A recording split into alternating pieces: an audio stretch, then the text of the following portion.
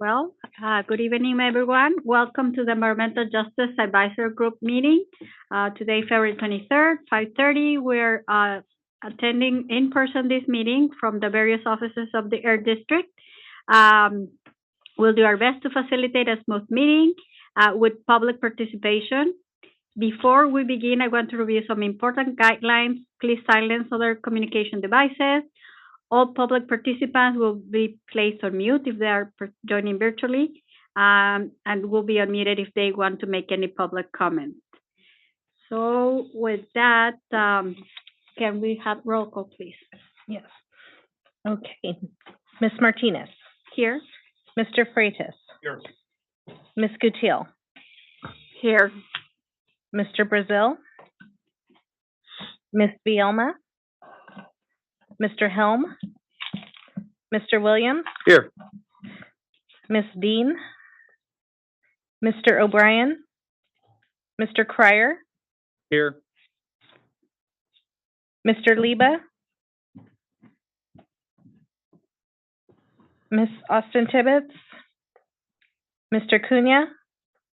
Mr. McLaughlin. Through the chair, we have not yet met quorum. Through the chair. Yes. Could the record show that Miss Dean is actually very, very ill, and that's why she's not here.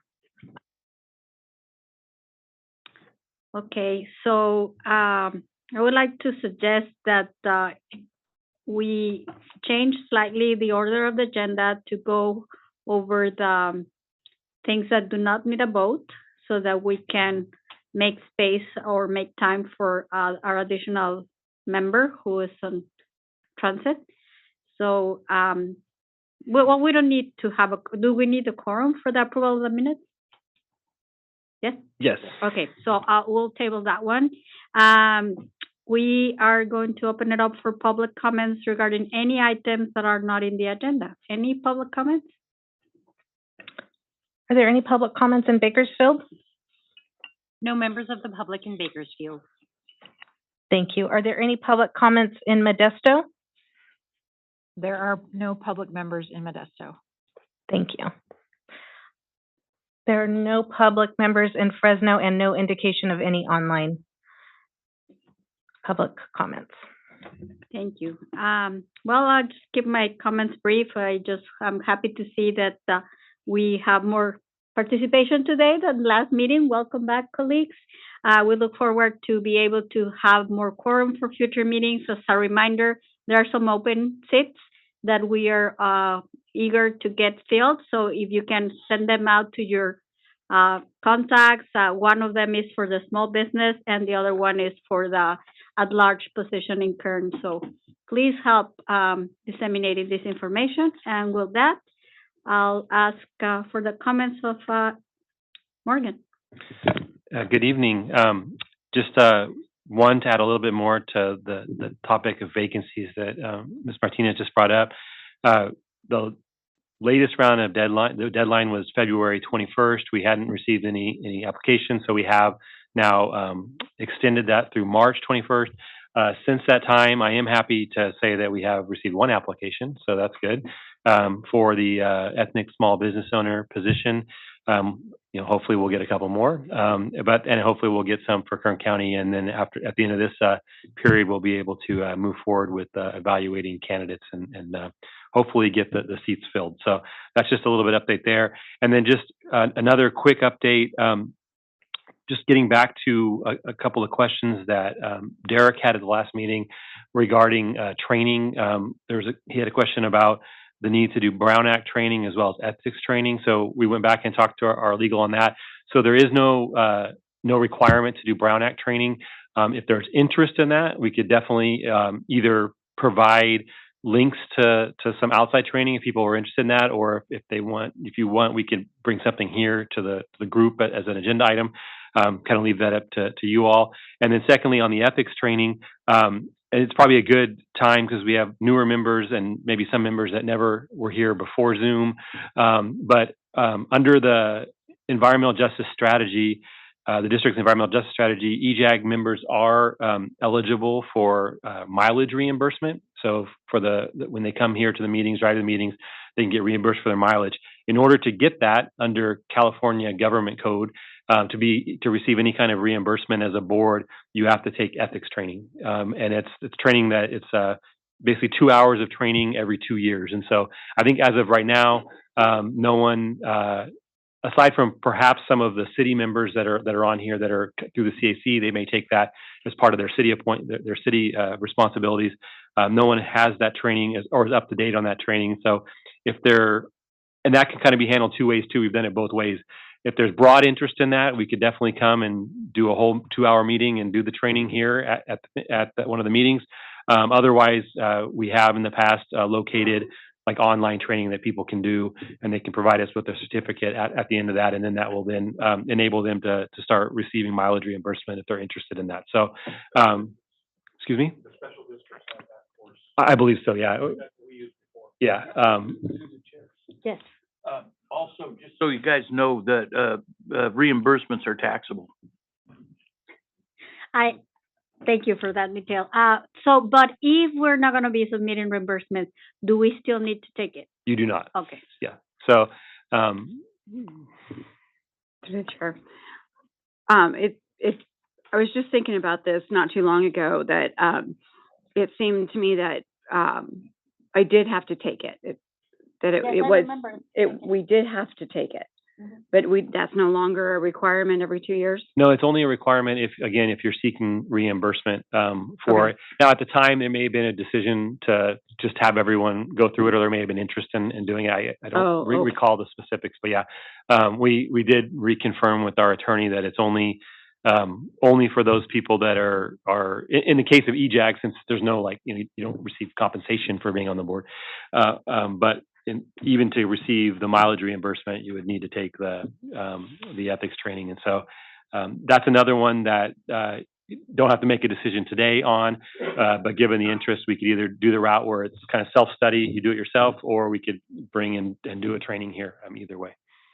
Yeah, I mean, we can make a decision later, but in my opinion, I think if it's not going to be needed by everyone, maybe it's up to each individual to do it on their own time. Yeah, and if that's the case, if those who may be interested in doing it, they could just reach out to Katrina, and then we can work on getting you set up with that training.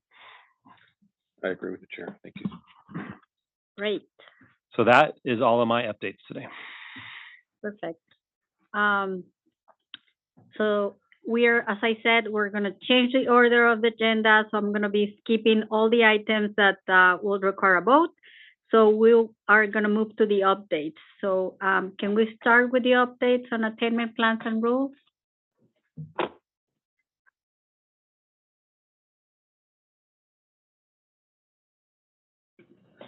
All right, good evening, Ms. Chair and your committee.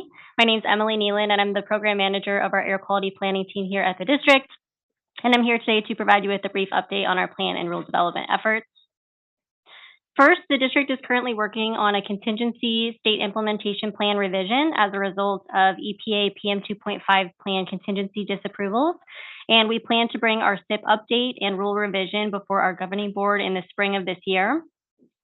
Additionally, I'd like to provide you with an update that the district governing board adopted the 2022 ozone plan at the December governing board hearing, and the California Air Resources Board subsequently adopted the plan at their January public hearing, so that will now be transmitted to EPA for their review and approval. For our regulatory efforts, the district is continuing our rule development process for our leak detection and repair rules for the oil and gas industry. We're continuing to work with CARB and affected stakeholders, and we'll be scheduling a public workshop here in the coming weeks. And rule development will be ongoing in the coming months, and we'll be taking amendments to our governing board this year. Additionally, we've started the rule development process for Rule 4402, which is our rule for crude oil production sumps. And we had a scoping meeting in December, and we're continuing that evaluation process. And we'll be specifically looking to amend the rule to include a potentially more stringent definition of the definition for clean produced water for ponds, which is consistent with our AB 617 BART evaluations for best available retrofit control technology requirements. Additionally, we're continuing our rule development for Rule 4550, which is our rule for conservation management practices. And this is consistent with commitments in the 2018 PM 2.5 plan. specifically to evaluate opportunities to reduce emissions from fallow land and identify opportunities to promote the selection of conservation tillage as a conservation management practice. And again, we'll be continuing this rules development process and taking amendments to our board tentatively this year. And then lastly, we're continuing our rule development for our new source review rule, which is Rule 2201, Rule 1020, definitions, and Rule 2301, which is our rule for emission reduction credit banking. And we're specifically addressing EPA's limited approval and disapproval and other improvements to the rules. And we did host our third public workshop on February 15th. So we did publish our draft rules ahead of that workshop, and proposed amendments will be tentatively going to the board in the second quarter of this year. And with that, I will open up for any comments or questions, and thank you again for having me here. Just to clarify, the last one that you mentioned is 1020 and 2201? So there's three rules. So there's Rule 2201, 1020, and 2301. Yeah, just wanted to make sure because it was in a different order in our Oh, packet, gotcha. so we were I struggling to apologize. find that. That's okay, yes. Go to the next to the last page. Did we find it? It's on page In the middle. third. That's on page 3. Rule development. Yeah, that one. That's what she was just talking about. Perfect. Apologies. Sure. Question. I Go got ahead. caught by that one to see. I know. Sorry. I didn't realize it was an order issue. I ran into something that's kind of unique the other day, and I wanted to get your ideas on it. We're doing a sale to a solar company who's putting in a PPA in Westland's Water District, and it's interesting because we own 100% of the mineral and oil rights. And so, who would be responsible on that property if there was to be requirements considered under that rule for pumping gas and oil? If there was a solar company that actually owned the property itself, but somebody else owned the mineral and oil rights. I mean, I'm wondering if that could be. I mean, in general, it's the owner or operator is required to get permits, and so usually it's the operating party that will get permits with us. But at times it could be the property owner as well. It just kind of depends on the specifics of the arrangements that are there. But if there's any specific questions, they could come in and talk to our permits group. Through the chair, I see Mr. Liba has joined us. Welcome. I have a question about the contingency measures. So when would that be finalized or presented to the board? Yeah, so we're currently looking at taking the SIP package, which would be our commitment, as well as a potential rule amendment at the same time in the spring. Specifically, right now, we're looking at kind of an April timeframe, but it's tentative. Are you going to consider some public workshops? Yes. Yeah, we will be having a public process as part of the rule development as well. I highly recommend that at least one workshop is held in the evening to allow for more participation. Okay, perfect. Thank you so much for that feedback. Any other comments or questions? Ned, we changed the order, so we are in number 8 here in the update on attainment plans and rules. Thank you. I'm sorry for being so late. Thank you. Thank you for the update. So I will then, since now we have a quorum. Yes, we have met quorum now. Thank you. So we're going to go back to the original order and take on the issues that we skipped that now that we have a quorum. So please, let's all take a minute to review the minutes of the October 22nd and January 23rd meeting and see if there's any changes or we're okay to approve it.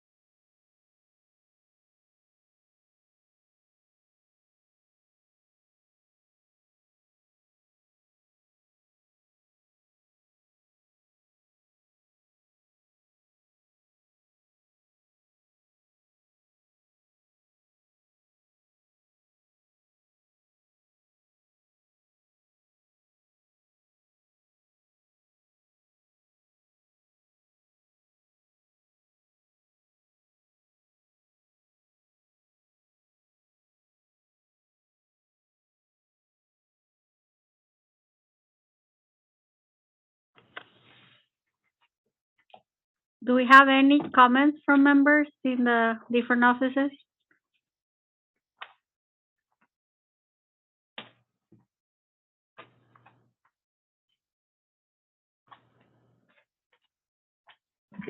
I have just one comment. Go ahead. Based on my comment that I made about the concern about ARB and the pesticide thing. If anybody's interested and wants to go onto the website, they can actually pull up the data from the last governing board meeting. There was pushback from 6 or 7 of the members based on some reaching out by Farm Bureau and so forth.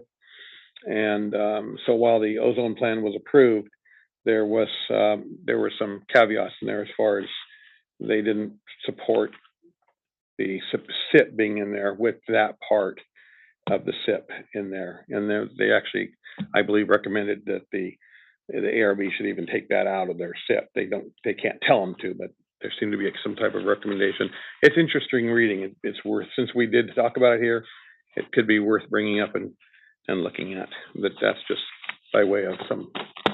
Do you recommend like us individually reading more about it, or do you recommend us getting an update or a presentation about it here? I don't think this is more of a CAC governing board type thing probably than it would be for EJAG. We have no purview there anyway, but since it was part of the record, if anybody was interested in knowing what happened from it, I was just saying that information is available on the website, on the governing board part of it, that's all. And people can look at it or not if they're interested. Thank you, Derek. No other comments? Okay, and then the minutes are approved. Just quickly, we have to go out to public comment first. Oh, my apologies. Any public comments? Any public comment in Bakersfield? No public comment in Bakersfield? Thank you. Any public comment in Modesto? There are no members of the public in Modesto.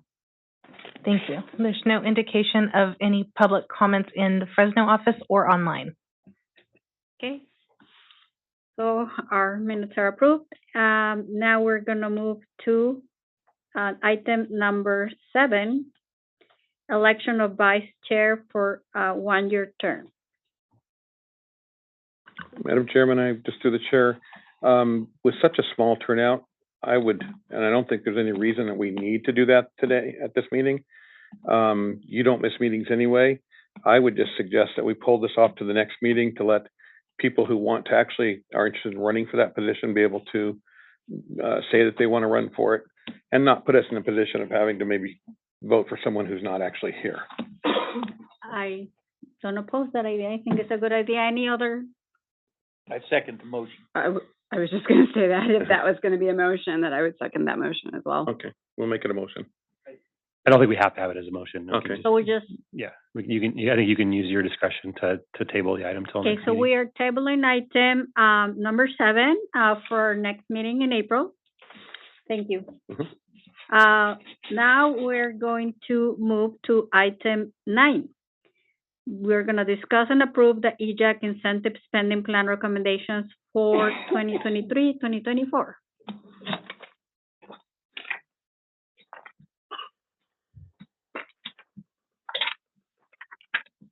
So, good evening. Todd DeYoung, Director of Grants and Incentives. Pleasure to see everyone in person and those joining us virtually. I'm here really just to provide support this evening. I wasn't here at the last meeting, but Mr. Tarango led the meeting, and he led the previous meeting, the Grants Subcommittee meeting.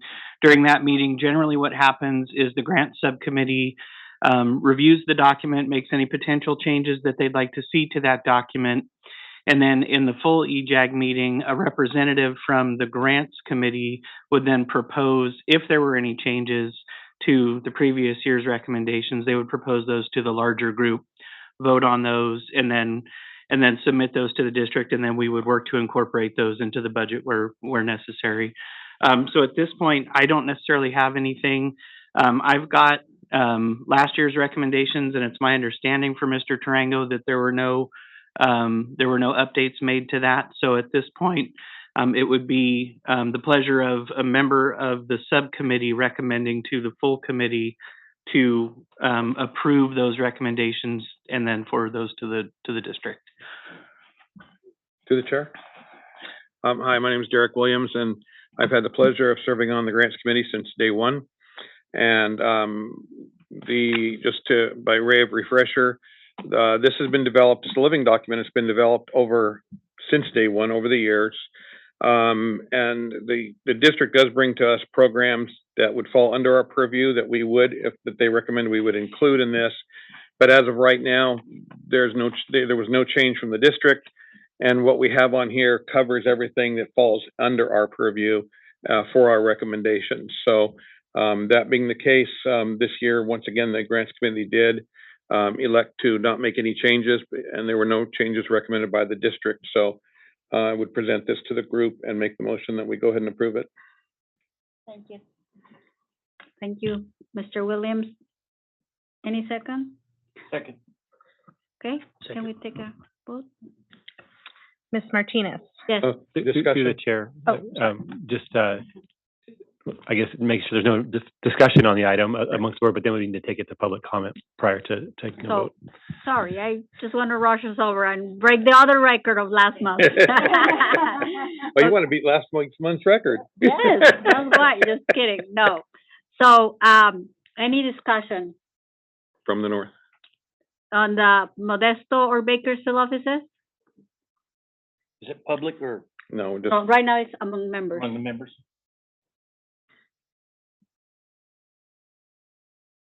No discussion on the Modesto or Bakersfield offices? Can we open it up for public comment? Any public comments in Bakersfield? No public comment in Bakersfield. Thank you. Are there any public comments in Modesto? No public comment in Modesto. Thank you. There are no public comments in Fresno and no indication of comments online. Okay, so I think we're ready for roll call. Okay. Ms. Martinez? Yes. Mr. Freitas? Yes. Ms. Gutierrez? Yes. Mr. Williams? yes. Mr. Cryer? Mr. Cryer?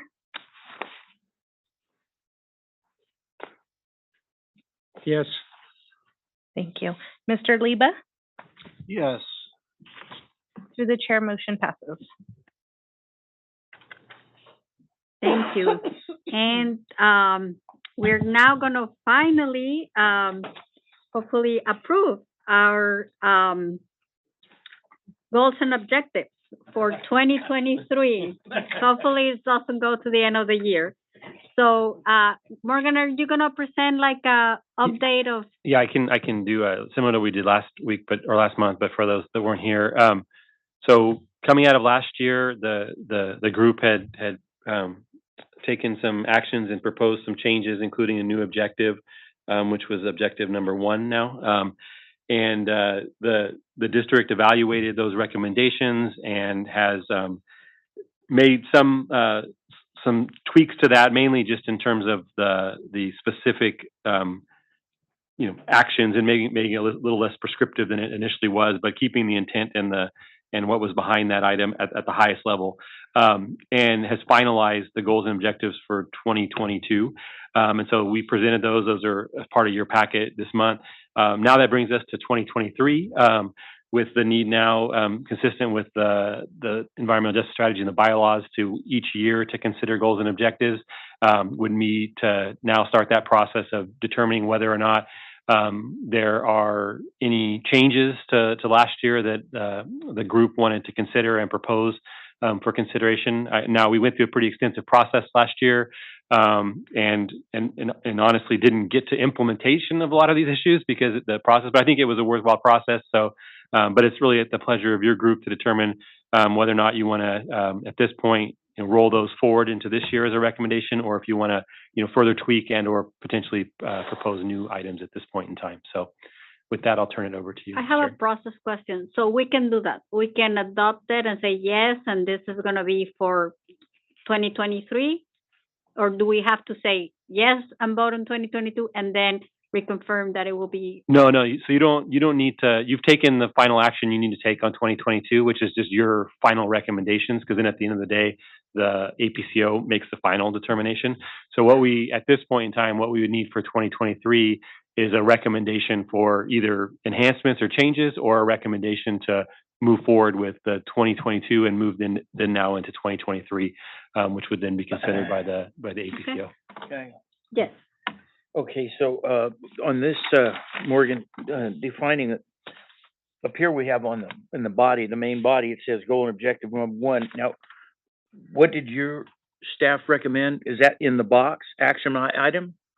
Is that defined? Is that refined down into that? Yeah, so this Is that what that means? yeah, so basically the action items, if you recall, there were, I don't have them offhand, there were 5 or 6 different, very specific action items that were recommended by EJAG.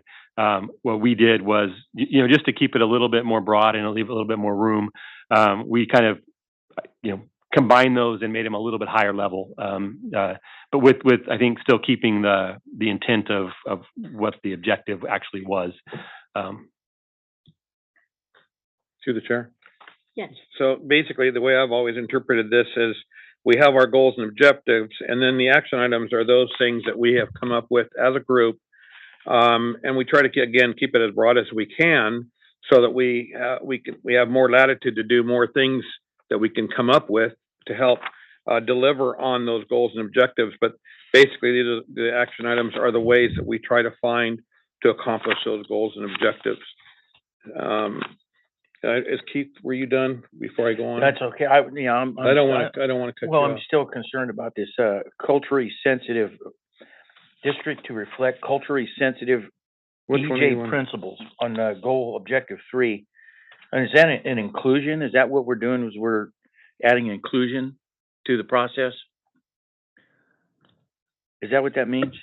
I mean, that's a long-standing item that hasn't been modified. It's been there for a long time? It's been there for years and years. And it actually, in my opinion, if it's okay with the chair, the whole idea of Environmental Justice Advisory Group is to look at the EJ principles. And the core principle of EJ principles, because I researched this heavily before I ever got on EJAG, is to make sure that any actions by any organization, in this case, the Air District, don't unfairly impact the environmental justice members of the EJ communities. And then as things have developed and matured through the years, and more programs have been come up with, and monies have been made available, we've been invited to weigh in where it fits the purview of the group on finding ways to help get those into the EJ communities. And we've actually even helped in the development of the Cal Environment Screen and defining those communities for the district. So, I'm an ag guy. Everyone knows where I come from. And I will go on record as saying I would have no problem, Keith, in any way, or for any member, standing before the CIC, which I'm on, and saying that these are good goals and objectives, and there's nothing on here that that I would have to feel like anybody on the CAC would ever have a problem with. It's all only stuff that would be positive and could be good for the community. So that would not be something you'd probably have to worry about. I don't see that as a reflection of the Hmong community might be offended by the fact that it just says Spanish translated documents? That's a good point. That's all I'm saying is, I think if we're talking inclusion here, do we include He all brings the, a good point up. We could switch the word Spanish for minority. Can we say or that? various or- languages Or something? We could just strike Spanish and say translated documents. Yeah, but yeah, that's Actually, a good just say point. including translated and just strike the word Spanish, because we have a lot of other languages. And that was by all means wasn't meant to be Of course not. I know that. Yeah. Of course not. That's not my insinuation. I'm just trying to say, if we're gonna do it, let's do it right. Never thought of that, but that's right. We have so many communities now that are in the Yeah, I EJ. was very self-serving thinking about my first language. No, I am not going to say that. It's just. But I am. I don't have a problem. No, it's. I think that. No, I think it's a very important point to make sure we're not excluding any other minority. All we have to do is strike the word Spanish, and it still meets it still doesn't change the core goal. That's all I'd say. That's all I Great have. recommendation. Well, that was a good Thank save you. for us, Keith. Thank you. Well, we started that discussion, but I encourage more discussion. Anything to add on the Modesto office?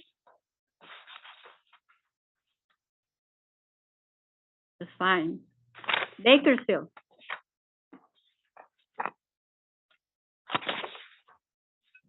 No comments in Bakersfield.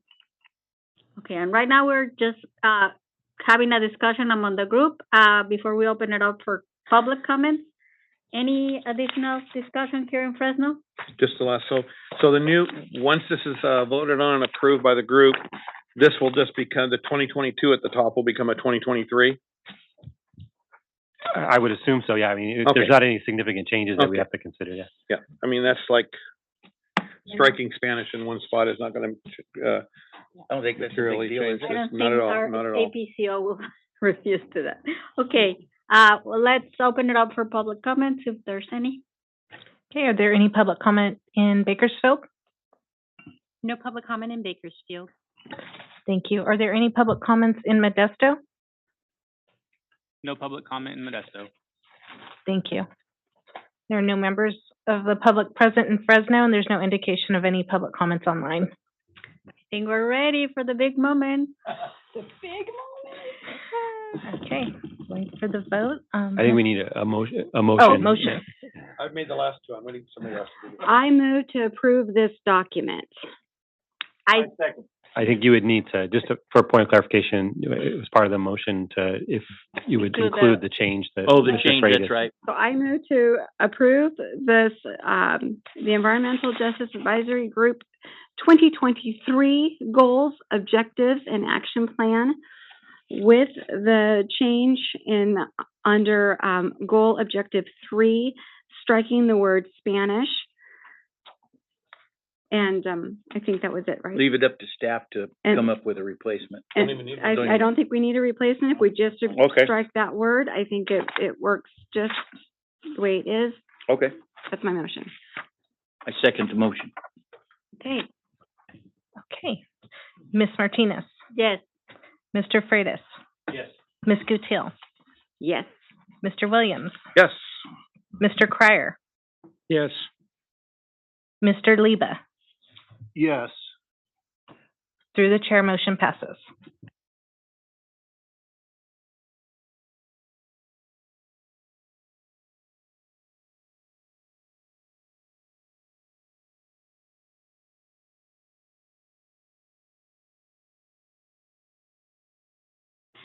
Thank you. Very happy to move us to the next agenda item, which is the update on residential air filtration program. Absolutely. Good evening, Madam Chair, members of the group. My name is Jessica Olson. I am the Director of Community Strategies and Resources. So I oversee the district's community work, including AB 617 implementation. And I'm happy to inform you that last week at our governing board meeting, our board adopted and approved the establishment of a new residential air filtration program, specifically in this case, at least as a starting point in these 3 AB 617 communities. And so I'll talk about that and sort of next steps moving forward. So just by way of background, but that's really kind of exactly what you guys all do here. Providing space for meaningful community engagement is definitely one of the top priorities of our governing board. Of course, that includes our environmental justice strategy. It includes this body here today. And then most recently, of course, over the past few years, it's included the district's implementation of AB 617, or the Community Air Protection Program, which I usually just give an overall update during this meeting on. So we've invested, especially through the establishment of AB 617, additional resources to support local engagement efforts through that program and beyond, working with communities that receive funding outside of AB 617, or just communities that are interested in engaging with the district more.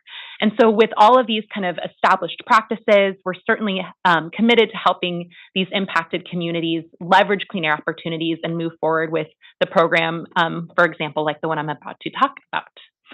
These are examples. I've shared this a couple of times, but I just always love this slide because this is all just within the past year of things we've done. So we've definitely gone out more in person, engaged with community members. This is at schools. We engage with community residents here on the upper right-hand corner. These are some Shafter residents and community-based organizations helping us at an event. And then across the bottom, these are a variety of different things that we've done with community organizations at their outreach events, community organizations helping us with our outreach events, and then building capacity in communities are just some of the examples of things we've done recently. So building, of course, on all that work, you've heard me talk about it every time, but I'm just going to really briefly overview again what the AB 617 program is about. So CARB goes through an annual process where they have to annually consider selection of a disadvantaged or disproportionately impacted community. And yes, they are actually doing that right now today, their 5th round of selection. For focused resources, for bringing in community emissions reduction program resources, so resources to bring emissions reductions to the community, as well as consider should the community and district want community air monitoring program resources. We've been lucky in our case that we've had 4 communities that have been nominated and selected for both of those things in the past few rounds of selection. And so you can just see here across the bottom, these are the 4 communities that have been selected. Each one of them has an adopted and CARB approved what we call community emissions reduction program. Each one of them, and of course a few of you know this because you're involved in a lot of the different committees, have a kind of a variety of different measures that are really catered to the community. So you can see the number of measures in each SERP is different. The amount of targeted reductions in each SERP is different. Some SERPs focused more on emissions exposure reductions, which is a little bit about what we're going to talk about today. So building on a lot of that community work that we've done and really the capacity building we've done with a lot of the community groups over the past few years, some of those relationships have led us to things that are a little bit more valley-wide. And a really good example of that is the successful Clean Air Rooms pilot program we launched last summer. It was a really big push from a lot of community groups, especially because in previous years we had increasingly severe wildfire smoke impacts. We've talked about that with you all at various meetings, especially when it's more relevant during the summer months. And to ensure indoor air quality, the district, through our recent strategy, has encouraged folks to establish what we call clean air rooms. So they get air filtration devices or purifiers that they can just plug in, stay in a room, and use that room kind of as a clean, safe space during these events.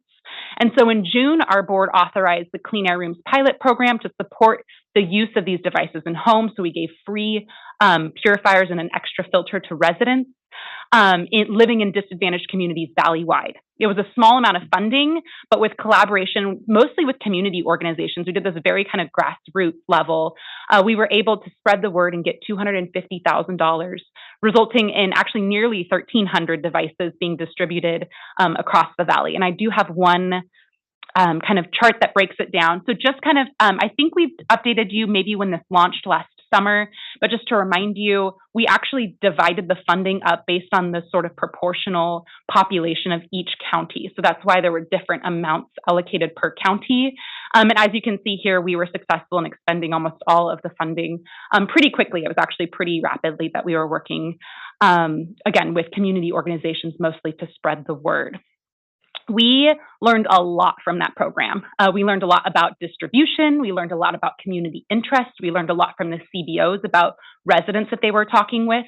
And so through that, there was already sort of an interest, of course, in each of these AB 617 communities because many of them were the same organizations. But we were able to kind of reinvigorate that interest. And so several of the CARB selected communities, so South Central Fresno, Shafter, and Stockton, each supported launching a program just within their SERP communities. And so today we're just going to talk a little bit about that program and a little bit about the funding that we use to support it.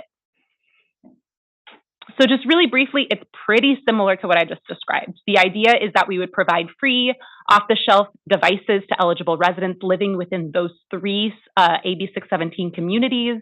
We would, of course, use, just like we did last time, devices that are certified by CARB, that are high efficiency, and have a minimum efficiency and energy efficiency requirement.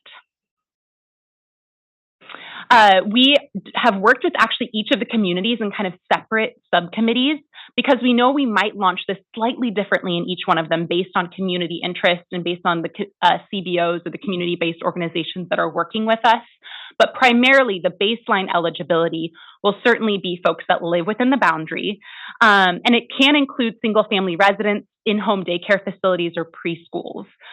We definitely want to work with community partners again. We want to focus outreach. We've heard on low-income residents, perhaps look at for those that have respiratory illnesses. We definitely work with community organizations that already have folks like that identified, and so that's part of the outreach program as well. And then, of course, just like last time, we're aiming to have one device and one filter free of charge completely to each community member. We definitely want to do two different things. This will be different than our program. We will do one that is very similar, so ship directly to the community members, should that be what they are interested in doing. But we also have heard interest in in-person distribution events. So maybe large events, maybe we're giving other things away. We're working with community organizations. We actually do have some mini grant funding to help pay these organizations for their time to work with us on the outreach and get community members to the event to get a device and maybe learn about our other clean air programs. So a couple of things, we did this in 3 communities, as I mentioned. One of them already had it in their CERP. That Stockton CERP was developed about a year more later than the Fresno and Shafter CERP. And so that actually already included up to $1 million of funding. So there was nothing, kind of no change there that we needed to do. In Fresno and in Shafter, we did have to shift some funding, and we were able to get community support for the funding shift. And I'll just kind of explain it on a slide after this. But we were able to support, again, $1 million actually in each of those after shifting funding from measures that really just weren't moving along and we were unable to find partners for. So just a little background. So because this is new, this is actually in addition to the Fresno CERP and the Shafter CERP. We didn't change any of the overall funding, but we learned a lot over the past few years. It's been a while since we've adopted those CERPs. And so a couple of the things we've learned, one, and we've learned this from a few communities, is that the influx of pandemic relief funding meant we no longer needed the Shafter school air filtration funding. They were already doing school air filtration. So we were able to move the allocated funding from that. And the second is that it has been really difficult to find locomotive replacement project partners. As with all incentives, you have to have a willing volunteer to take advantage of the incentive. There is some cost, right, on the folks' part who do take advantage of incentives. We still have funding available in those measures. Should we still find willing partners, we do understand, and the community does understand, that there are emissions reductions, big emissions reductions associated with those measures. But we felt it was important, especially as we come up on funding deadlines, to shift the funding where we know we can spend it really quickly, especially based on what we've learned. So this is not a complicated chart. You can see it's about $1 million in each, and the estimated number of devices is 5,000. That might change depending on the costs that we find, depending on how the events go, and maybe other factors as we work with communities. So just really quickly, we go through a process where we have to work with CARB to get approval to spend funding on anything that wasn't pre-approved. So essentially anything that's not like a heavy-duty program and a few other kind of special project types. And so we have submitted to CARB, and we expect any day now to get approval for this project to move forward. And so with that, like I said, we expect soon for CARB to allow us to move forward. We did get approval from our governing board. So we're going to work closely with community steering committees. We've updated the ones that we've met with so far, and we'll plan to continue to bring those updates to the committees moving forward. And of course, to continue to meet with the subcommittees on targeted outreach and planning events. We also want to pursue opportunities. That pilot program was successful valley-wide, right? Not just in 617 communities. We have heard from community partners. We definitely want to pursue and already are looking into funding opportunities for an additional new valley-wide program to expand on what we did last summer. And with that, I'm happy to take questions. Thank you, Jessica. Excellent presentation, like always. Any comments or questions? Okay, I'll start from my far left, Keith, and then Dirk. Was there any consideration given for the type of filtration systems that were picked? Because I understand those smaller systems even come with ozone and a lot of different types of little gadgets and things that. Yes, great question. So one of the things that we consider, especially, and I think it's on slide 8, so on slide 8, it should be, the device selection criteria, and we actually have more details in our project plan, but we do actually go with CARB certified devices to ensure that the device doesn't generate ozone, because to your point, there are devices out there that are ionizers that do actually generate ozone. These would be HEPA filters, so primarily focusing on just filtering out PM 2.5, particulate matter, smoke. Thank you. Mm-hmm. That was an easy one. Sarah? Thank you, yes, Madam Chair, appreciate it. So, these are not labeled, but if you go to the page, it says residential air filtration program in AB 617 communities, which is like maybe the fourth one in or something, on the participant selection criteria and outreach.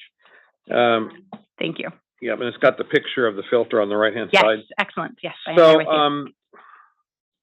this is weird coming from me for this group, but I'm kind of taking a page from Ned Leba here on this one.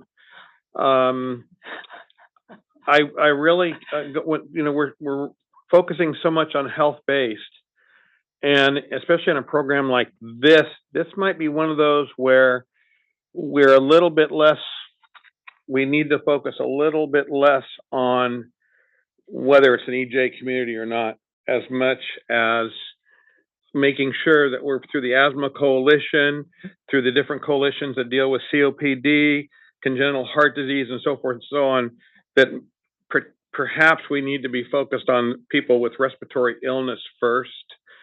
And I'm not saying we don't focus on the EJ communities, but I mean, I think we would not want to leave somebody with COPD or severe asthma not being able to take advantage of this program if they're not living in one of the EJ communities based on the maps. And so I don't know how you would address that, but that's a concern that I have. Priority list.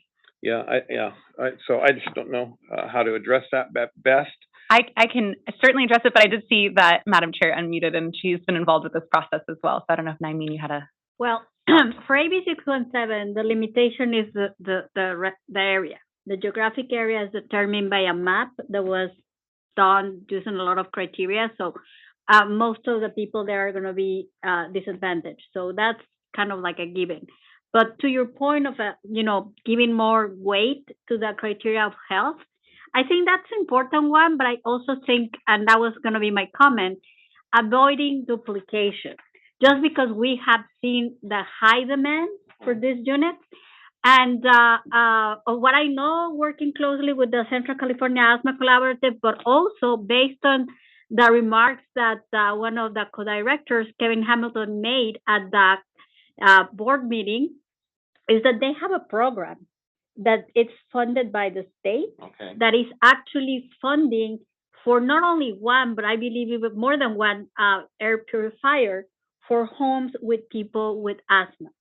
So, I mean, I completely agree that will be the case, but I would hate that, if they're getting one from the Asthma Collaborative, they were giving them another one and let a community or homes without nothing.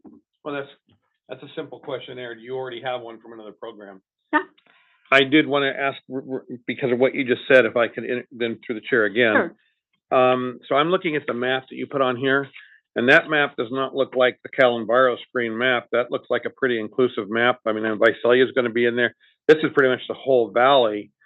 So we know that based on what our chairman was saying, I'm assuming that there'll be a lot of areas then that are not technically in the Cal I can clarify that map. That map is of the whole valley. That's the whole air district. And it's just indicating on there the 4 valley selected communities just with the circles. Okay, yeah. So AB 617 is actually by law then only has its jurisdiction in the environmental, Cal screen low-income communities?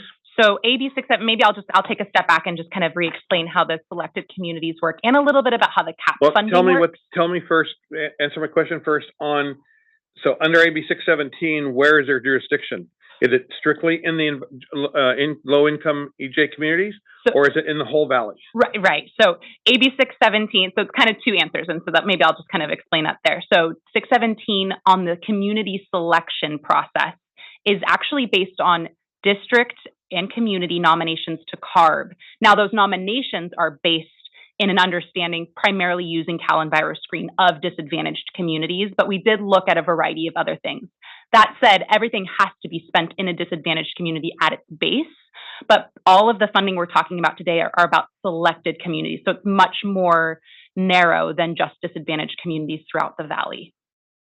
It's just So the this four kind of, so this selected communities. program would It's not, only for the 4 selected so communities. right now it's just for the, and then as the more communities are selected, they'll then qualify for the program as well, correct? That could be the idea. We are also, in kind of one of the last bullets I had, the pilot program we did last year, which was separate from this funding, which is separate from the AB 617 program, which really influenced the AB 617 program. We want to actually replicate that valley-wide in the disadvantaged communities, separate from AB 617. So to answer your question, yes, should we want to expand the AB 617 programs and should new communities come online, this could be replicable there.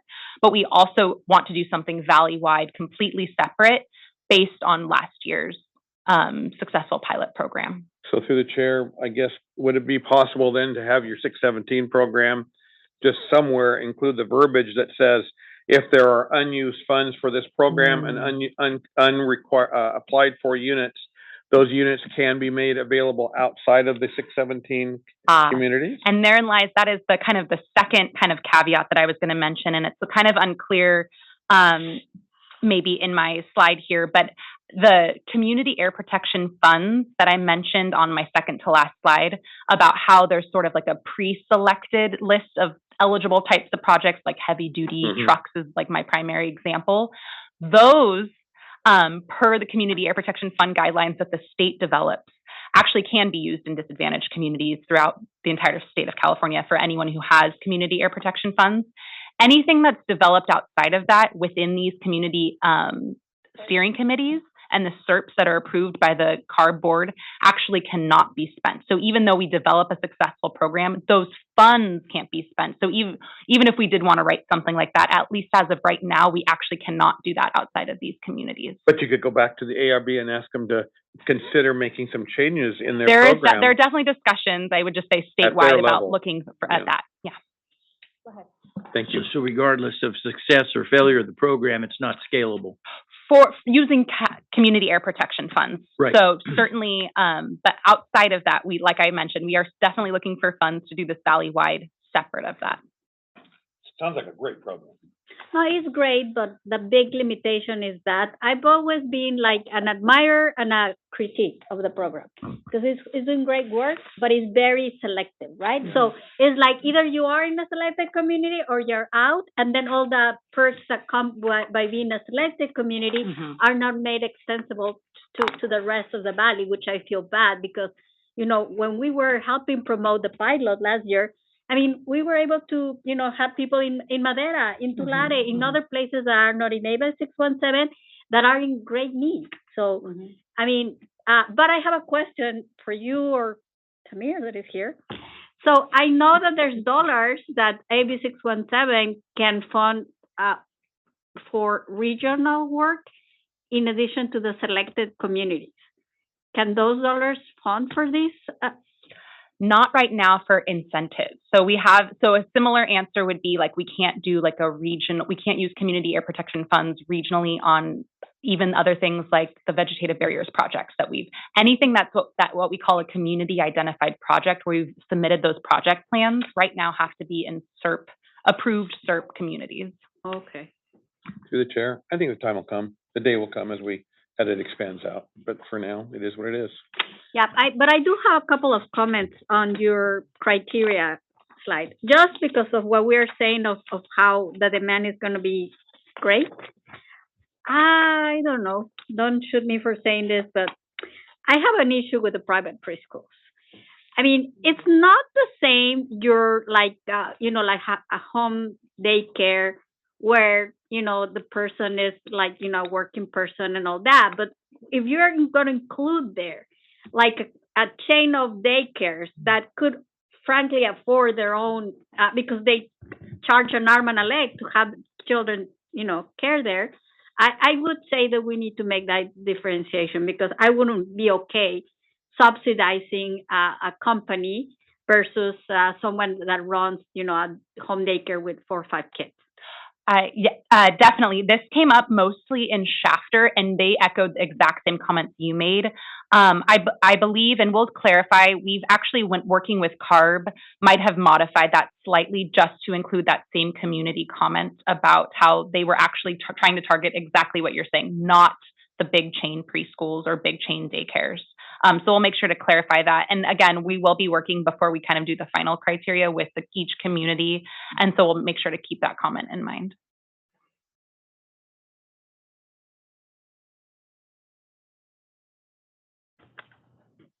This may be something that's redundant, but does this include everything that we're talking about on all the air programs, like fire, wildfire, smoke, PM2, PM2.5, all that? Is that all part of the criteria that's being created to substantiate programs like this?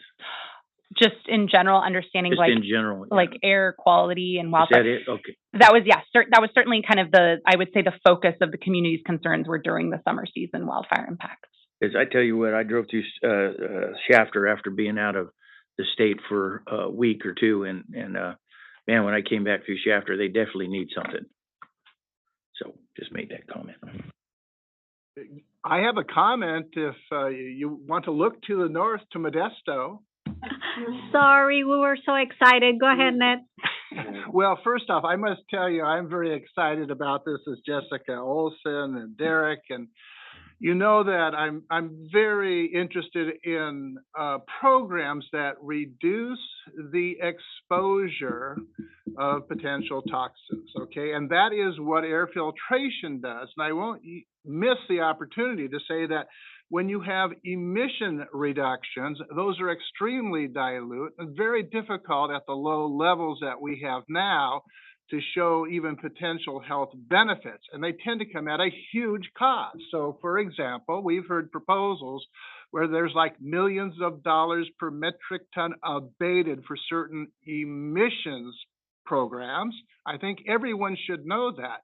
And whenever they hear that or they do the computations, they should look at this type of program, which is very low cost, very focused, and as the experts know, with people who have asthma or COPD, to reduce the exposure to these asthmatic stimulants is extremely important. I think this is a very good program. And the reason I call it out is not only because it in itself is a good program that should be expanded as widely as it can be, even beyond AB 617, but it's because of the cost of so many other things that we do for a lack of tangible benefits. So, as you know, one day of wildfires kicks up more PM 2.5 than 100% of 365 days of anthropogenic PM 2.5, right? We should protect the people at risk with things like this type of program here. That is a rational public health policy and use of our funds. So I think, as I say, I must sound like I'm either a nag or I'm preaching to the choir. You can select whichever you want, but I think that is quite important. I think it's one of the most important programs and should be expanded. And I would say, since we have a medical person here too, it's always would be nice to quantify the health benefits, look at the cost and health benefits. I bet you this guy rates very, very, very high. Thanks for listening to me, as always. I second the motion. Thank you. Any comments in Bakersfield?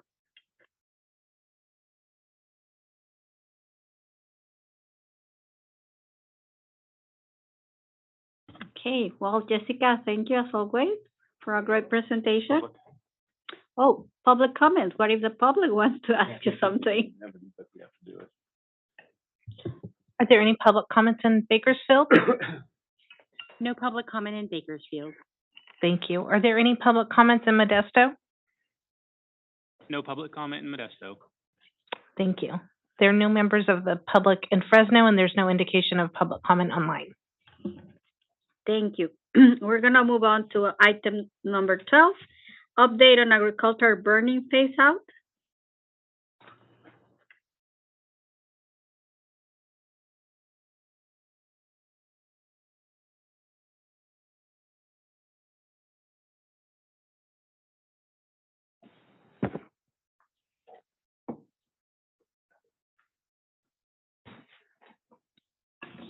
Thanks, Doug. Hello, good evening. My name is Robert Gillis. I'm a program manager in the Air Quality Science and Planning Department here at the district, and I'm joined here. Todd DeYoung is with me again. Tonight, we'll give an update on the district's implementation of the agricultural open burning phase out strategy in the Ag Burn Alternatives Grant Program.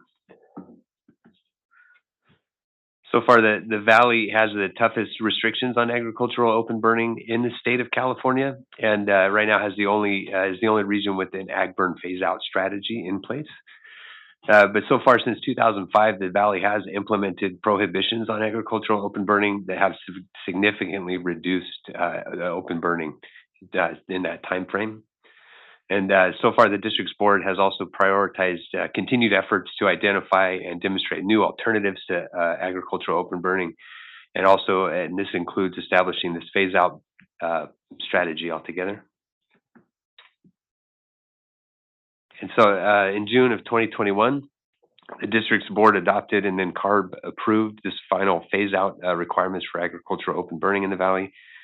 And this is a near complete phase out program for all open burning that would be effective as of January 1st, 2025.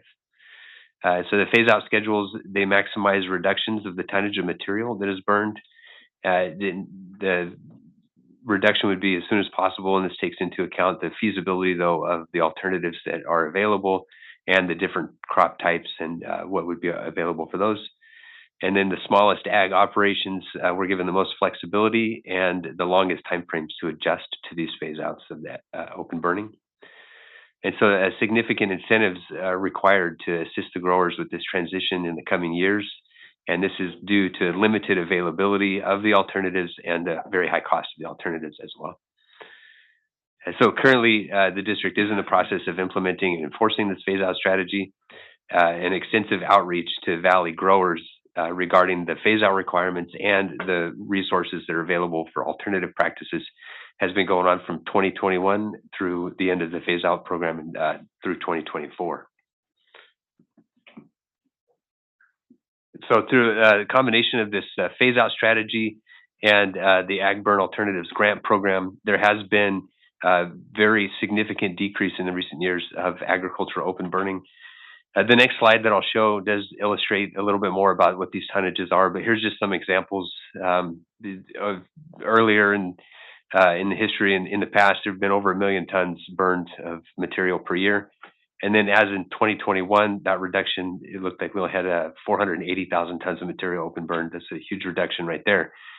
And then in 2022, that number for the entire year was just 125,000 tons, and that was the lowest. The record lowest open burning tons in this, as you'll see on the next slide.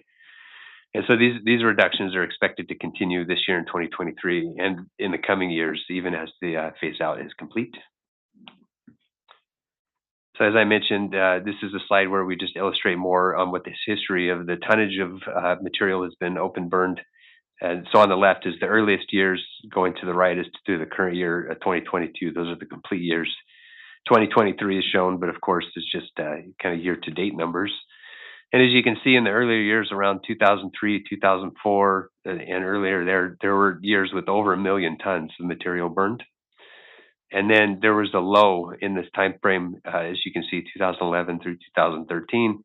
And then as the significant California drought and some other factors came into effect, those tonnages did increase.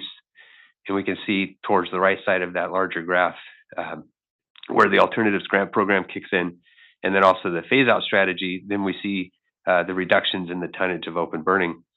And a lot of that is also illustrated in the smaller graph on the right, where we see that this is the year-by-year increase of the tons of agricultural waste that have been processed through alternative methods, so methods alternative to open burning. And again, 2023 is just a partial year to date, and we expect that those increases in the alternatives will continue. And then just as the last slide for me before I hand it over to Todd, this is just a timeline here, a little bit of what's to come on the implementation of the phase-out process. So for vineyard removals and orchard removals in 2024 and 2025, there are some further reductions in phase-out going to be happening there. And then in 2025 for surface harvested prunings. So it's just a little outlook at where we're at and where we've been. And then Todd will have some grant program updates. Thank you. Thank you, Robert. And again, good evening, Madam Chair, members of the advisory group, Todd DeYoung, the district's Director of Grants and Incentives. And so to support the district's move away from open agricultural burning, the district's governing board in 2018 approved the creation and the development of the new Ag Burn Alternatives Grant Program. This program provides financial incentives to growers to chip ag material and reincorporate that material into the soil, among other things, including land application and off-site beneficial reuse, which I'll talk about in a few slides, in lieu of burning that material. In the early years of the program and the sort of a pilot phase of the program, over $25 million in local funding was invested to support these emerging alternatives through this program. In August of 2021, through some very strong advocacy at the state level, and based on the success of the pilot program, the district received more than $178 million in additional state funding to expand the program in two areas. That includes expanded deployment of these new alternative practices, as well as expanding the fleet capacity of these chippers and shredders to handle that expanded activity that was going to be going on in the valley. At that time, in August, the district's governing board also improved enhancements to ensure that smaller agricultural operations will have equitable access to these funds. And as you'll see throughout this program, throughout the presentation tonight, that's a real key piece to this is access, expanded access to those smaller agricultural operations. We've even taken additional steps since this time to ensure that the smallest of the small growers even benefited more from the program. So again, we launched, after we received the money in August of 2021, we immediately launched our new and expanded program utilizing this new state funding. Again, there was a significant focus on these assisting the smaller growers. The program has really been critical in supporting this transition away from open burning and to these new alternatives, and really creating this marketplace that we feel like is now kind of driving itself. Since the inception, the program has supported alternative practices at more than 162,000 acres of orchard and vineyard removals throughout the valley. And that represents more than 4.5 million tons of ag materials that were not burned. They were taken through an alternative process for disposal. The reductions that resulted from those practices, almost 8,800 tons of NOx reductions, more than 16,000 tons of PM reduction, and almost 14,000 tons of VOC reductions. Since September 1st, since we relaunched the program, we've actually allocated more than $110 million of that new funding to support these alternative practices throughout the valley. This chart before you here, as I mentioned, there were two focuses of the state funding. One was the new equipment purchases to ensure that there was enough chipping and shredding equipment out there to handle this increased capacity. So out of that funding, $30 million went for fleet expansion. And then the remainder of that money went to these alternative practices, the soil incorporation, land application, and then again, what we call this off-site beneficial reuse, which I'll talk about a couple of the examples of that here shortly. This slide just shows the participation by crop type. Since we started the program, overwhelmingly, almond orchards have been taking advantage of the program, followed then by vineyard material, and then from there it kind of goes down. You can see the remainder of the participation by crop type. And so, as I mentioned, there are several different options for disposing of this agricultural material. Land application, soil incorporation is overwhelmingly the choice. So that's basically chipping and shredding the material and then reintroducing that material into the soil. And a lot of the growers have found a lot of benefit by doing that, reintroducing nutrients into the soil. But what we did is we introduced this off-site beneficial reuse concept. In some cases, not all of the material can be reincorporated into the soil, and it can't be applied onto the land. So we've opened it up, and we've explored opportunities to do unique things with this material other than reincorporation or land application.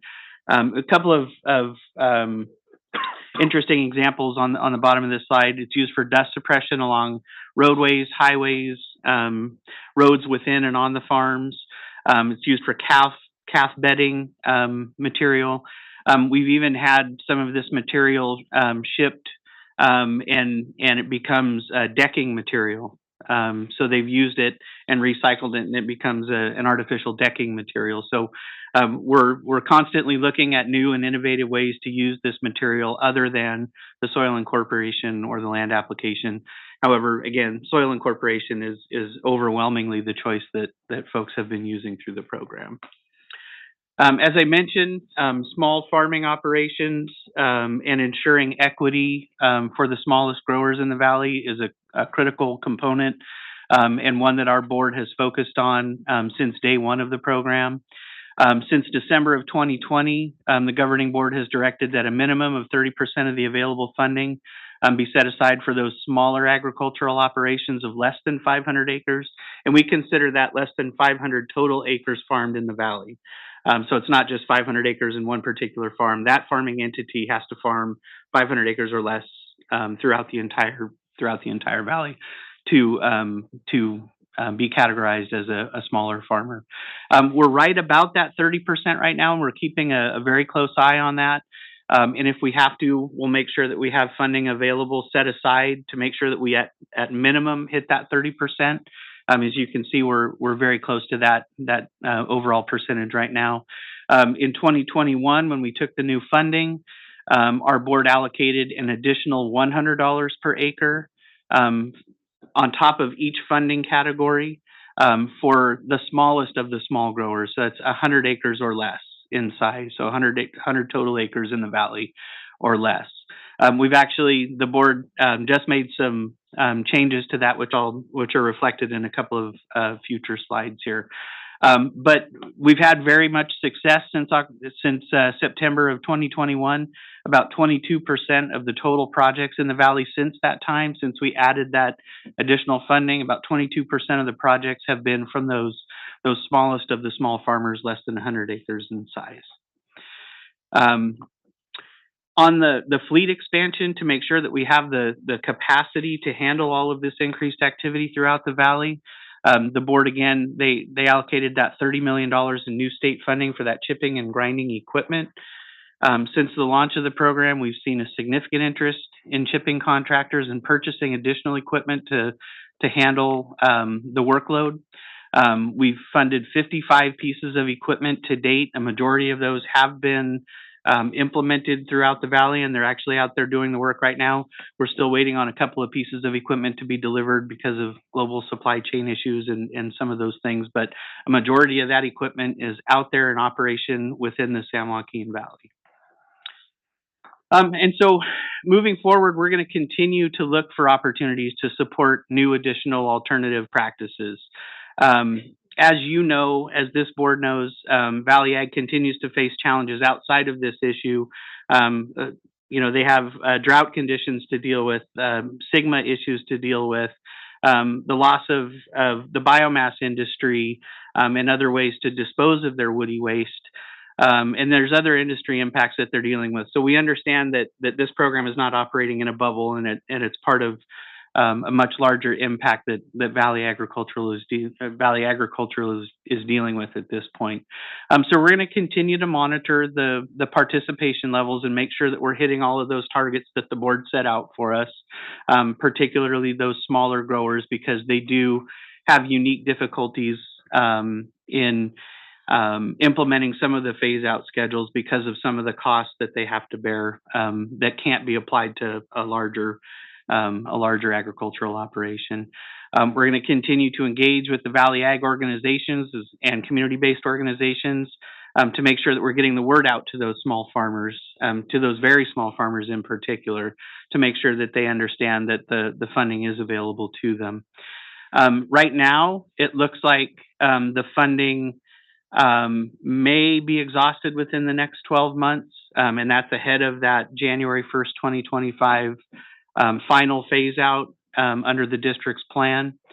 But we have proposed some additional program enhancements, which I'll show you on the next couple slides, that we think will do something to extend the life of that funding to get us closer to that 2025 deadline. But again, we think that additional funding is going to be necessary to fully implement this program prior to that deadline. So these are some of the board-approved enhancements that were just approved a couple of weeks ago during the February board meeting. The first one was to institute a cap of 500 acres of removal per entity per calendar year. Up until this point, we haven't had a cap, so some of these larger ag operations were able to submit multiple projects and do, a couple thousand acres. And so we've capped that at 500 acres, and we think that by doing that, we'll be able to extend the available funding by several months. The other thing that the governing board approved was to increase that adder that was already approved. It was $100 an acre on top of any incentive that they would get for those smallest growers, up to $400 an acre. And that was really, again, just to defray some of those costs that the smaller growers are less likely able to absorb. And so, we've made significant progress. Like I said, 22% of the total applications that we've seen since we started tracking the very, very small farmers, 22% of the applications are coming from those 100 acres or less. They were receiving that additional $100 per acre. Now that's $400 per acre. And again, some of those costs for those smaller growers, they're not able to spread out because of their size, and they don't benefit from the economies of scale that some of the larger ag operations can. And so these enhancements, we think, are going to result in about going from 50% of the project cost for small growers that are covered by the incentives up to about 70% of the cost that it would be taken care of by the grant program. And so some of the next steps, obviously, as we talked about, we do feel like even with these changes, that additional funding will be necessary to support the program through the final phase out in January of 2025. We're going to continue to advocate very strongly for additional state and federal funding to support the Valley's transition away from burning. And we're going to be working hard with Valley Ag stakeholders and other interested stakeholders to ensure that we have enough funding for this transition. We're going to continue to look for opportunities in leveraging complementary state programs such as the CDFA Healthy Soils Program, the EQIP program, the federal EQIP program.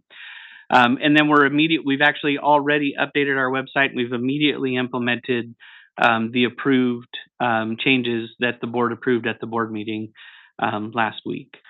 And so with that, that ends our presentation, and Robert and I would be happy to answer any questions. Go ahead. Hey, great job. Thank you. Thank you, guys. Okay, so I was at a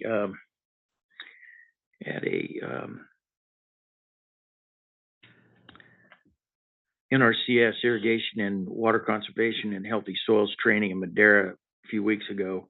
One of the growers there expressed his frustration and concern about this program because he said what he's seeing is some private industry gouging. So as the state creates programs, are we only just setting the nest, preparing the nest for these private industry people to just figure out where they're going to gouge now, where they're going to raise their prices, higher prices? One of the suggestions I've been asked about is there a way that we might possibly consider, and this might be a recommendation or just something to consider, a way that the growers could could have an opportunity to have an option to go to like a rental company, like an equipment rental company, where there would be a credit per se there, and to save labor costs or to save some other cost, some kind of cost, be able to rent the shredding, grinding, and ripping equipment under the program, and have like an account or whatever, or some kind of a check that you could write to do that, to where that would help offset in addition to the 400 that you're reaching for. I understand it's closer to 750 to $1,200 an acre just for that one piece of grinding and spreading now. So a lot of private industry is taking advantage of the growers, knowing that they're under this pressure to conform to this mandate. That would be one thing that was brought up as a suggestion. Then on your advocacy at the state level, could you kind of just describe to me, is it only our Valley District advocacy group staff members that are advocating on this behalf, or do you have private people or growers or any other types of industry involved in the advocacy side? So you're getting a little bit out of my purview talking about the advocacy, but it's my understanding that there is a significantly diverse group of stakeholders and those that are part of that advocacy group, and Samir's here and can probably speak much more eloquently on that. Welcome to the table. Hello, good evening. Buenas. Yeah. Good to see everybody here. Hey. Great, excellent questions. And I just wanted to add a little bit more clarification to that. And also, I was actually going to implore the members of the EJAG to support, the advocacy that's going on right now. But just a quick thing on the program as a whole. This program is a product of a lot of partnership with various agricultural stakeholders, different associations. We work with small farmers, we work with big farmers, we worked with, different commodity groups. A lot of what you heard tonight about the small farmer focus has actually come from small farmer organizations, community-based organizations. The phase as a whole was a product of a lot of advocacy and a lot of work and a lot of partnership with a number of entities, many of which are actually sitting on this body here, but also just over a multi-year period. So this program and its design, has been influenced very heavily, and as you heard from Todd and Robert, continues to be enhanced as we keep going on this journey, to phasing out burning and transitioning the valley, all while the valley itself is facing even more pressures under SGMA and all the other issues that we're faced with. Just keep adding a lot of interesting dimensions to how we actually go about in doing this. And so that's one thing that's really great about this agency is that, even based on the comments that I heard tonight, we're able to respond, I think, a lot more quickly than a lot of other agencies are able to. We had an item. We've got a lot of the small farmer enhancements that were added to the program, the capping on the top end, the lifting kind of on, and really just all to try to have more equity in the way, the phase out and the funding is provided. And we keep looking for those opportunities. And so, I'm calling for some assistance too. One of the things that we've done is we've had a lot of good ideas about how to make sure people are aware of the funding. So if you have ideas, for example, on anybody that you work with or that you're familiar with, we're always, trying to do direct outreach. In addition to, there was a story or two you may have seen. We actually had a press release on this. Was today Thursday? I think earlier in the week. To make sure that we, in addition to that, we do a lot of other outreach through all the different commodity groups. So to answer your question, we do partner with whoever who's willing to partner with us to do the advocacy. So right now, on the state budget side of things, there's a pretty large coalition that continues to grow, and I'm looking towards, this coalition I think should be inclusive of all sectors. So that would be not only the agricultural, organizations, and there's a variety of them that are interested in this issue, but I think, community-based organizations of different types, any CBO with a health focus, I think that advocating for this funding, especially to where it's at today now with, I think we tried to address a lot of the questions and interests and concerns that have come up over the last couple of years, with where the program is today. It's one where I think there is a lot of value and a lot of,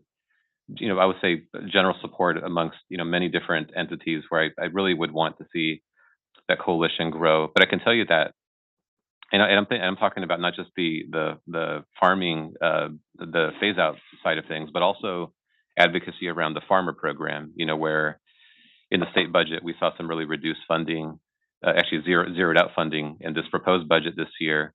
There's a big advocacy effort related to that and making sure that as we keep pushing, and by the way, that program also has increased funding for small farmers that our board just recently added, much bigger funding, 70 to 80% of a project cost versus about 50% that is in that program. We're seeing huge uptake in the program with smaller farmer kind of application levels.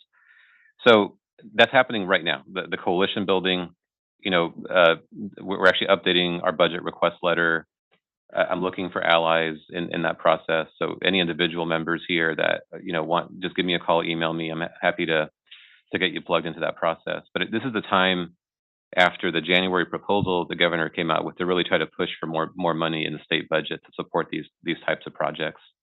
CDFA has some funding that, and also just leveraging other programs too. So it's not just our program, but any other program that supports this. I think we want to be supportive of those efforts as well. That's kind of on the state side, and we have funding for probably about another year or so with that program. So we want to make sure it's in this budget if we can, but we also kind of use that energy maybe to also roll over into the coming budget year. And so I think the EJAG, with an interest in this topic, because I know you're all interested in this, it is a good area to help with that advocacy. On the federal side, this is where it gets really interesting too, because with the Inflation Reduction Act and all of the new funding that's now materializing with still a lot of details not yet revealed on the federal side, it's a really good time for the Valley to really be positioning itself to take advantage of climate-related funding. So in the IRA, there's $20 billion of sustainable agriculture funding nationally. We think the state of California will get up to $5 billion of that $20 billion.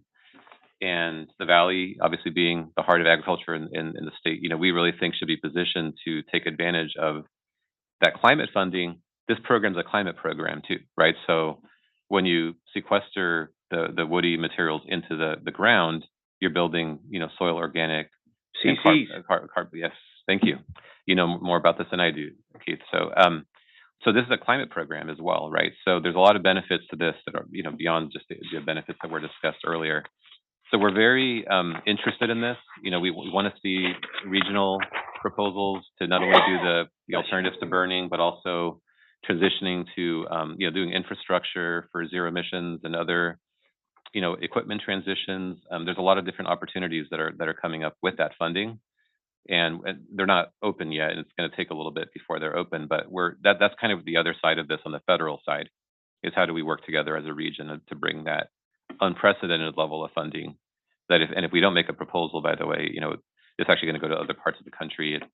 It's the kind of money that you need to actually fight for. We've already seen, for example, that some of the other funding pots, big chunks are going east of the Mississippi actually already. And so as a state and as a region, we're going to have to be very careful to make sure we don't let that happen. So I just wanted to note that and just appreciate, I know a lot of the EJAG members have been interested in this issue for a while, and I just give a lot of credit to the advocacy and to the ongoing attention to this issue. It's really been helping, sort of provide the ideas and the boost as we keep trying to work our way through the implementation of the strategy.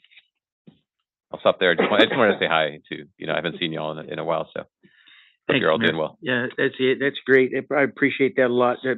And breaking it down and being completely honest here, that reaching that 70% plus goal is really an astounding accomplishment so far. I think most small family growers coming from one in particular would be very grateful for that. And we appreciate all the work you guys have done. And I'm meeting with a supervisor tomorrow morning for coffee at his weekly deal. I'm going to try to pass that on and see if we can set up some meetings to try to strategize on how to get federal how to get involved in some more support for that federal program. Thank you so much for that, you guys. I have a quick question or comment if you have time for someone up here in Modesto. Sure. Well, first, I do want to say welcome to our beloved executive director. We haven't seen him for a while, so it's wonderful to see. Real quick question, real quick response. As I recall, originally we thought the recycling was going to be a large economic factor to lighten the burden of this program, and that just did not develop. Is my memory correct on that? The biomass, pellets, we thought, gee, we're going to be able to take a lot of this organic material and the farmer was going to be able to recover economically quite a bit, but that just didn't happen. Is that my memory correct about that? I don't want to say you're incorrect, Ned, because you're always correct. You're a very, very intelligent individual. So this is probably one of the most complicated strategies that one can put together, right? Because you're right in that as we were thinking about what happens to all this woody material, I think that there's always been a hope that markets emerge and that, it's not just the old biomass plants. That used to be, by the way, the primary, we weren't really talking much about this, but the cogen plants, right, of which there are a lot fewer today, are basically sort of decimated as an industry, and I think the last few are probably not going to be around for very long, just based on where we see the energy markets, the contracts, where the state has been heading with some of there's new requirements in the state, as to how power essentially gets procured and what gets prioritized in that process. So we're seeing a lot of challenges with the cogen kind of biomass side of things, right as we're ramping up production of, I'll just call it woody materials, because some people take offense to calling it waste, when you see a beautiful, byproduct that you maybe can come up with. So we've been hoping that, there's an emergence of more markets, right? We've been really pleased to see that the Soil Incorporation has worked more effectively than we would have even anticipated just a year or two before the phase out, because there was some very quick science on that issue, right? And science is still emerging. If you don't chip it to a certain size, it's going to be there for a long time, and so that science is something that we're very sensitive to, and you're more comfortable doing that for this kind of in this kind of soil condition with almond. But if you got walnut, you can't go to almond, right? Or there's all kinds of issues that you've got to think about just because of. So we're learning a lot in this process. We're seeing that Soil Incorporation has really taken off. We're also seeing that other uses are now also starting to take off, right? So the bedding, the Caltrans type stuff, that those things are starting to take off. But here's the challenge: the remaining biomass plants still handle anywhere from 500,000 to maybe 700,000-800,000 tons of woody material, right? So as those also start to come offline, you now add even more load into the pipeline. And so how do you basically manage, let's say 1.5 million tons of wood? So we have to keep keeping our eye on the ball of, okay, what do we keep doing with all this material? I think that's right. Okay, it's hard to predict the future. My recollection is we had lots of hope for biomass, and it just didn't sort of work out. And we're kind of stuck with having very heavy state and federal subsidies that don't cover the costs. And we had talked about that before in the shortfall. But I'll just make this comment because I think we all actually should think about, we got Bambi versus Godzilla here. We have the Bambi and the wonderful, inexpensive air filtration systems that for pennies, we get a lot of benefit. Here we have hundreds of millions of dollars that are being spent. And if we don't spend it, boy, the farmers are going to really be crippled. And it's reducing to a degree some emissions, primarily of PM 2.5. We're already at 11 micrograms per meter cubed for the most part of our valley. So we've already satisfied the EPA annual standards. and look at the hundreds of millions of dollars going forward. And I will always say to the rational person, shouldn't we take some of that hundreds of millions of dollars, again, fraction of PM 2.5 emissions, a small fraction of exposure, and put it into things like air filtration? Thanks for listening to me. I'll just one closing comment. Can't help myself, Madam Chair, if I would. I definitely believe there's a balance between exposure reduction and actually reducing air pollution. And, so we'll always pursue, I think, cost-effective and feasible emission reduction measures.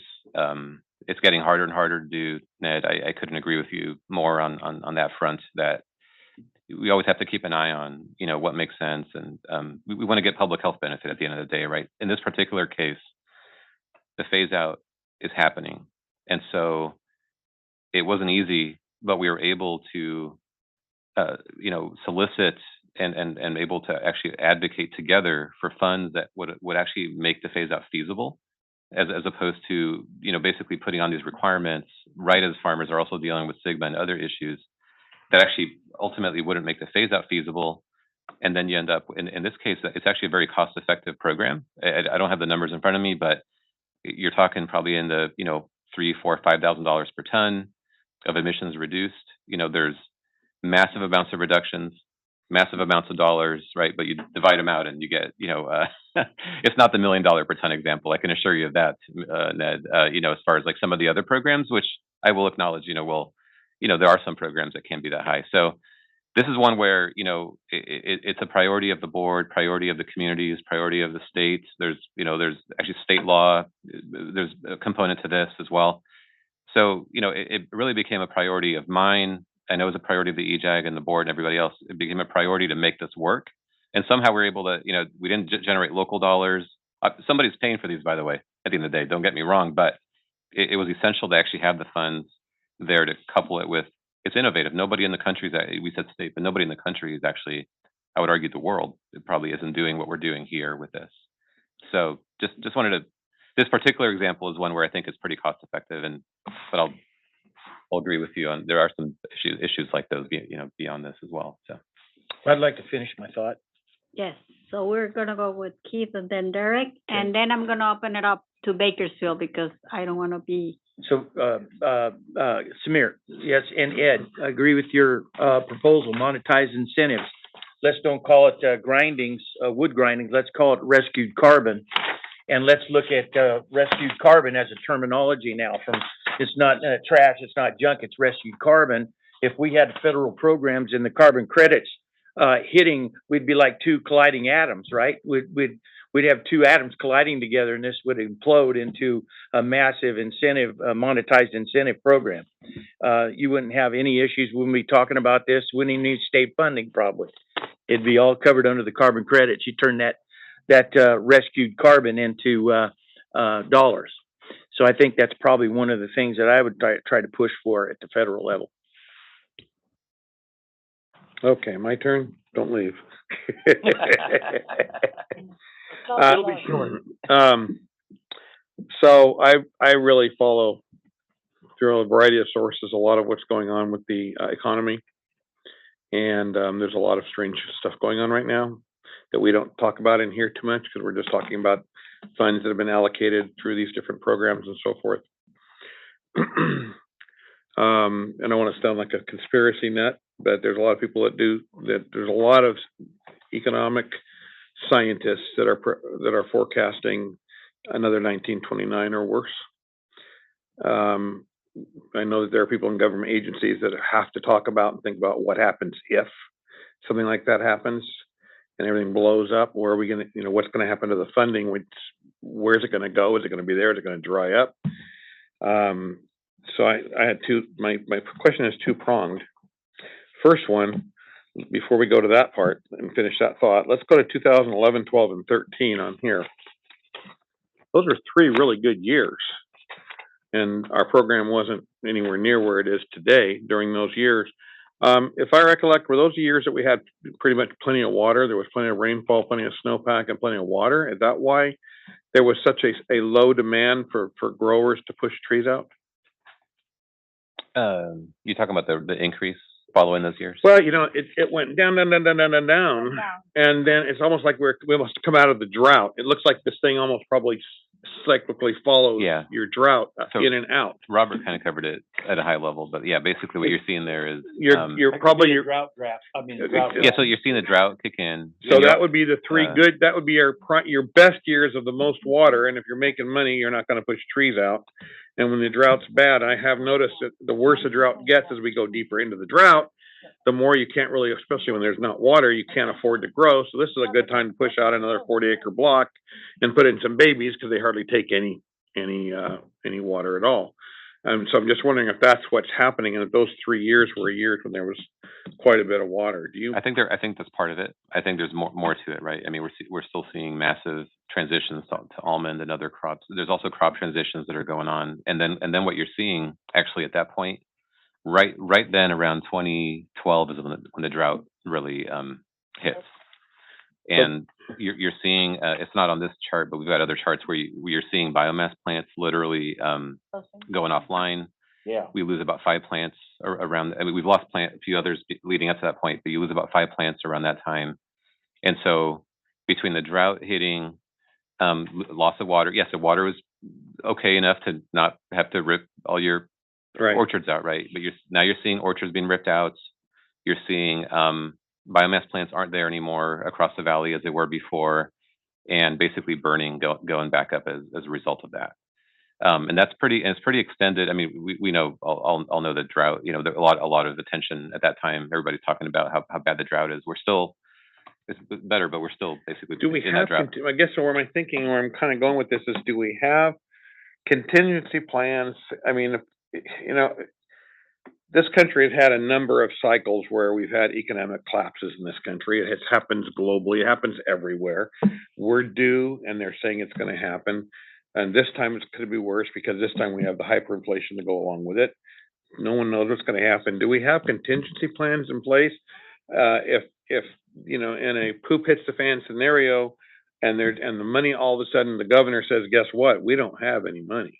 The money just melted away or whatever. What do we do? I mean, are we going to just like shut everything down, or how would you be able to function with this? Or do we have something that we could do? Do you have contingency plans in the rules that would say, okay, if something like that happened, people still have to eat. Farmers, by God, have to still farm. So would you have emergency meetings, get with your state legislators and say, until we're out of this and things get back to normal, we have to maybe they're going to have to burn trees and we can have an exception to the rule based on something like that? What would they do? Yeah. It's a great question. You know, I think about this all the time. It's not that great, but it's something to think about. We should always look at all different things that can happen and be planning accordingly. No, it's a great question because we are in the middle of, and by the way, through the chair, I'm just going to give a quick. You have a time. I want to make sure I don't. We can be here all That's why. night. So last time, by the way, last time I was here, I delayed your meeting by a little bit, right? So that's why I was a little sensitive. So I didn't want to, but Don't worry. thank you for the time. No, I was just going to say, Derek, that the reason it's a critical question is because with the water situation, Sigma, and then all the the various impacts that we're seeing, in the forest and just here on the valley floor. The issue is exactly as you just mentioned, right? We need to be thinking about that, right? So one of the things that we're also advocating for right now, just to put it in perspective, is not just the alternatives to burning, not just how to upgrade various fleets of equipment and all that, so that we can support those transitions, but also as you think about fallowing, for example, in the valley, we're actually we're formally advocating for programs that help to mitigate the cost to the grower to be able to fallow, but in a manner where they're able to also do something with that land through either the application of a conservation practice or something that doesn't create a dusty condition or sort of a disorganized transition in the valley where we continue to create, as we're trying to phase out open burning.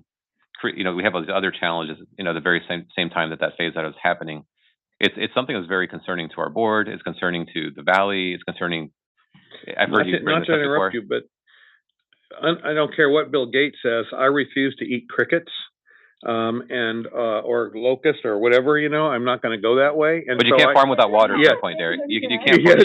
but you can't farm without water. So Yeah, if I so could just the finish bottom my line is somehow we need to make sure that we have our farms still operate. Yeah, That's but all. let just finish my thought is that, we know that it's gonna be up to 1 million acres of land that's being projected to be fallowed, right? It's already been at least several 100,000 acres, even already, right? We know it's happening. It could be plus or minus, depends on the water situation, right? But we know it's happening, and so what I'm saying is, let's try to deploy some tools. Let's work as a region together to try to help. Sigma, all these different GSAs are working on this right now, all up and down the valley. Each one's got different approaches, right? And the question I have for us as a region is, how do we work together to make the case? How do we help offset some of those costs so that we don't devastate our communities and have just a really disorganized transition as we try to work our way through through these issues? It's absolutely a priority. It's in our ledge platform. I'm acknowledging that to you today. I don't think have the that this answers. is the only district, really, in my opinion, that has a regulatory agency that I've listened to or talked to that really feels that way. Where, because the air district has always tried, they've always understood that if people have to eat, we have to have agriculture. It is the primary business. You take that away, you take away the base for the whole valley and for the whole district. So, so I commend you for that, Samir, and I've always commended SAID for that as well. Unfortunately, we're only one group, but we're a key component. I think you have an opportunity, maybe where you're sitting, to help lead the charge in that direction, working with the heads of the other commissions and agencies. And I'm done. Thank you. I have a quick comment. I think it is very important that we stop the siloing. I think a lot of the things that have happened in the past is that our district and CARB and everybody that is only related to air are in one corner, and then other regulatory agencies in another corner. Right now is the opportunity to come to the table and see, yes, so Sigma is going to be the consequences of having all this fallow land. But now we have this dust suppression that we have been piloting. So how we can all be together. Right now there's millions of dollars that Madera just received to exactly think about a creative way of helping the farmers so they don't, all of a sudden lose all their, income. But at the same time, there's other ways of seeing we're not going to just have these surface that in these windy conditions that we are just having as we speak. We're going to start having more PM10. So, it's about being creative and working together. And I think I agree. The Air District has been good at doing that, but I think it's more, approaching and being more proactive in self-inviting you to the tables where these discussions are happening, so that we can see, results. And I do have one concrete recommendation to reach small farmers. I don't know if it's in your radar, but it's the Community Alliance for Family Farmers, CAF. Yeah, we may have actually, we'll go back and take a look. We may have actually worked with them. I don't know if you or somebody may have already mentioned them, and we did reach out at that time to a few of the more local groups. Community Alliance with Family Farmers, CAF. Yeah, So but we'll follow up. They focus on small farmers, support for small farmers. Appreciate that. Mostly not wood producers, but that's okay. Okay. Thanks. Yes. Sorry, Bakersfield. Any comments or questions?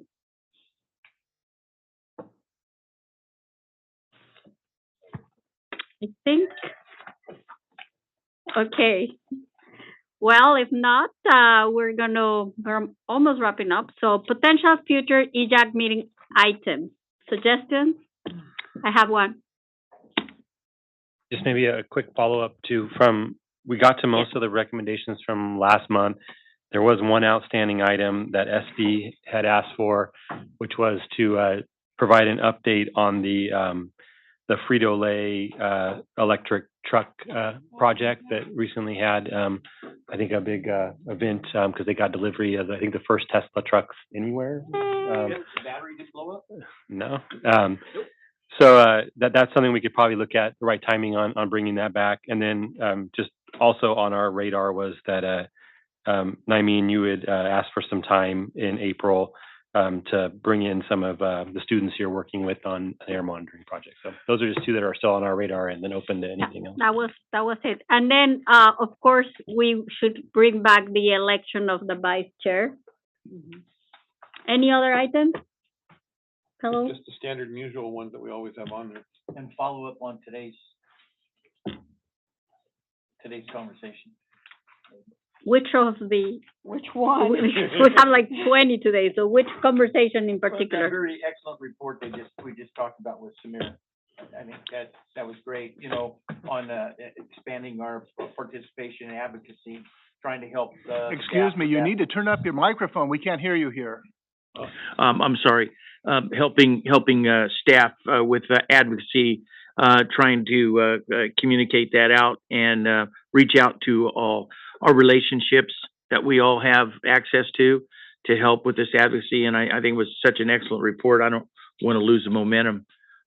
They've got a great momentum going. Okay. And Ed has the right idea, monetize incentives.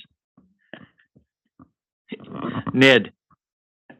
Okay, thank you. Public comments, second chance. Bakersfield, do you have any public comments? No public comment in Bakersfield. Thank you. Modesto, do you have any public comments? No public comment in Modesto. Thank you. There are no members of the public in Fresno, and there's no indication of public comments online. Okay, last chance for EJAG members to make additional comments before we adjourn. Be quiet. No, I was just gonna, Be quiet. That's what I'm saying. All I No was- more conspiracy theories. No, all I was gonna say was, as far as the CAC meeting goes, I don't think we need to make any kind of report there, but if anybody brings up, anything about our goals and objectives in our last CAC meeting, it's still on the books that, we're supposed to let the CAC know what goes on with that. And if it's necessary to do that, I'm happy to do that at the next meeting. Very appreciated. Okay. Bakersfield, Modesto, additional comments? Well, if not, thank you for your time. We are adjourning that meeting 2 minutes almost early. on time. Yay, good job. There's nothing wrong with that.